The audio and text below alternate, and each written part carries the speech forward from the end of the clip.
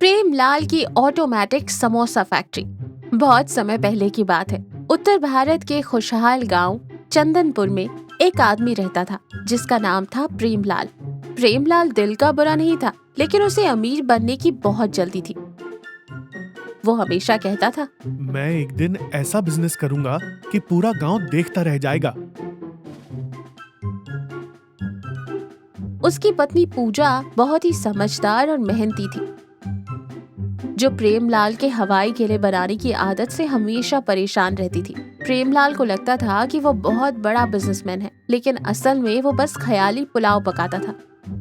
एक शाम प्रेमलाल शहर से लौटा। वो खाली हाथ नहीं था, बल्कि एक बड़ी सी बैलगाड़ी पर एक विशाल लोहे का बक्सा लदा हुआ था, जिस पर काले रंग का कपड़ा ढका हुआ था। गांव के लोग चौपाल पर बैठे थे। प्रेमलाल ने छाती चौड़ी करके कहा, भाइयों, अब चंदनपुर बदल जाएगा। अब हम हाथ से समोसे नहीं बनाएंगे। मैं शहर से जर्मनी की ऑटोमेटिक समोसा मशीन लाया हूँ। भीड़ में से उसके दोस्त गोलू ने पूछा, अरे प्रेम भैया, जर्मनी की मशीन ये करती क्या है? प्रेमलाल ने मूंछों पर ताव देते हुए कहा, गोलू, इसमें बस एक तरफ से आलू डालो और दूसरी तरफ से मैदा, और टिंग करके गर्मा गर्म समोसा बाहर आता है, बिना बेले, बिना तले। ये साइंस का कमाल है।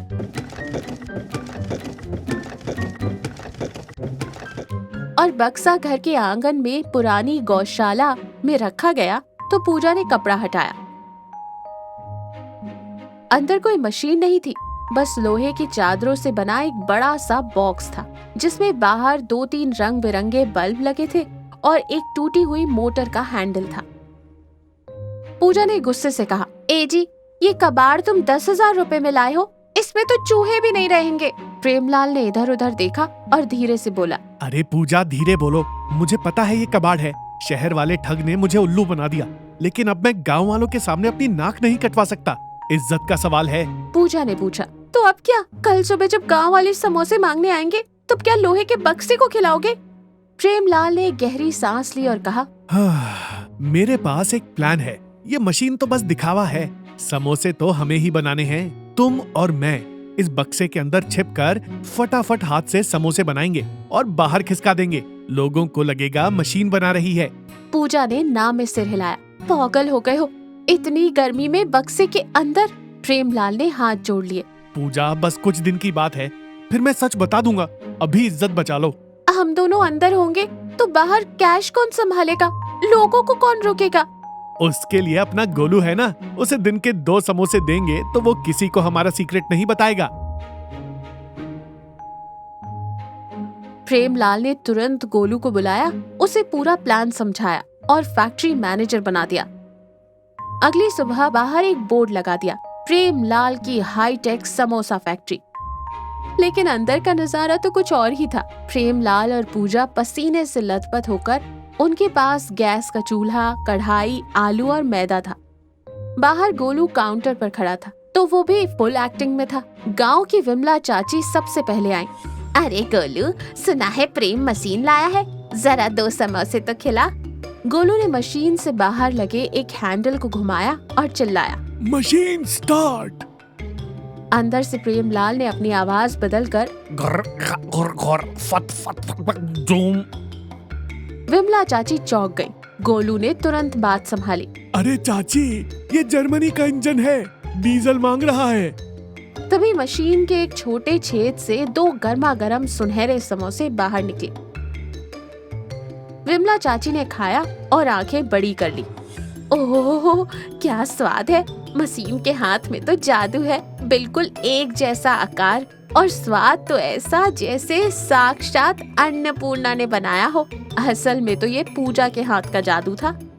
3 दिन बीत गए। प्रेमलाल के मशीन वाले समोसे पूरे इलाके में मशहूर हो गए। प्रेमलाल और पूजा का बुरा हाल था। सुबह 4 बजे से वो बक्से में घुस जाते और दोपहर तक समोसे तलते। अंदर का तापमान भट्टी जैसा हो जाता था। प्रेमलाल पसीना पोंछते हुए बोला, जल्दी बेल पूजा, बाहर 10 आदमियों की लाइन है। मुंह बंद रखो और आलू छीलो। तुमने कहा था टिंग करके समोसा निकलेगा, यहाँ तो मेरा ही टिंग निकल गया है गर्मी से। आवाज मत करो, बाहर सुन लेंगे। मशीन की आवाज निकालो। बुर्र, बुर्र। हे भगवान, किस नमूने से शादी की है मैंने। बाहर गोलू ग्राहक को समझा रहा था। भाइयों सब्र करो, मशीन गर्म हो गई है, थोड़ा कूलिंग का टाइम दो। मुसीबत तब आई जब गांव के जमींदार ठाकुर साहब ने अपनी बेटी की सगाई के लिए 500 समोसों का अर्जेंट ऑर्डर दे दिया और शर्त ये थी कि समोसे शाम 5 बजे तक तैयार चाहिए और वो भी उसी वक्त सबके सामने मशीन से निकलेंगे ताकि मेहमान चमत्कार देख सके। प्रेमलाल मना नहीं कर सका, लालच और इज्जत दोनों दांव पर थे। शाम को प्रेमलाल के आंगन में भारी भीड़ जमा थी। फैक्ट्री बीच में रखा था। गोलू ने ऑर्डर दिया, मशीन जी 500 समोसे स्टार्ट। अंदर प्रेमलाल और पूजा की हालत खराब थी। 500 समोसे बनाने के लिए उन्हें अपनी रफ्तार दुगनी करनी थी। अचानक अंदर एक हादसा हुआ। प्रेमलाल का पैर कढ़ाई के पास रखे एक लोटे से टकराया। ठाकुर साहब बोले, गोलू, ये मशीन के अंदर बर्तन गिरने की आवाज क्यों आई? गोलू घबरा गया। वो मालिक, मशीन के अंदर गियर बदल रहे हैं, लोहे के गियर है ना। तभी अंदर से पूजा की तेज आवाज आई। वो गर्मी से अब तंग आ चुकी थी और भूल गई कि वो बक्से में है। अजी, तुम और तुम्हारी ये जर्मनी की मशीन जाए भाड़ में। मेरी साड़ी में चटनी गिर गई है, अब मैं और नहीं बनाऊंगी, मैं बाहर जा रही हूँ। बाहर खड़ी भीड़ सन्न रह गई। विमला चाची के कान खड़े हो गए। हैं? मशीन को साड़ी कब से पहनने का शौक हो गया? अंदर प्रेमलाल गिड़गिड़ा रहा था। धीरे बोलो पूजा, माइक बंद नहीं है, मतलब दीवारें पतली हैं। तभी पूजा ने गुस्से में बक्से के पिछले दरवाजे पर लात मारी जो ठीक से बंद नहीं था। वो तो फट से खुल गया।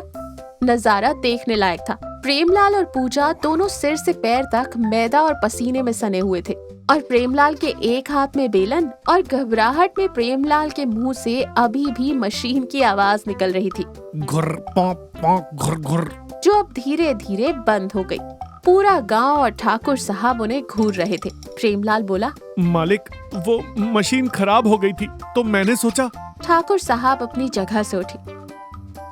तभी ठाकुर साहब ने एक समोसा उठाया जो अभी अभी तला गया था और उसे खाया। वाह प्रेम, मैंने शहर की बड़ी बड़ी मशीनों का खाना खाया है, लेकिन जो स्वाद इस पसीने की मेहनत और पूजा बहू के हाथों में है वो किसी लोहे के बक्से में नहीं हो सकता।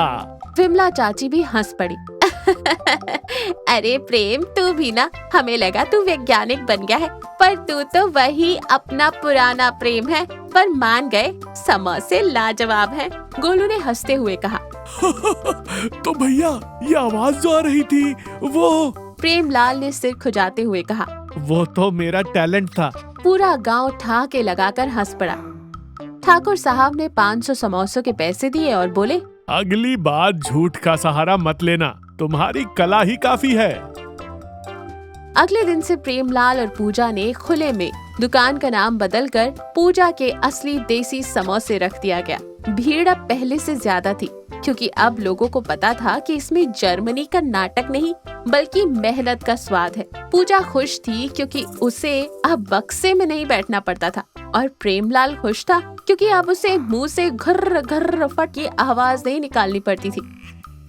इस कहानी से ये सीख मिलती है कि दिखावा और झूठ की उम्र बहुत छोटी होती है। आपकी असली मेहनत और हुनर ही आपकी असली पहचान है।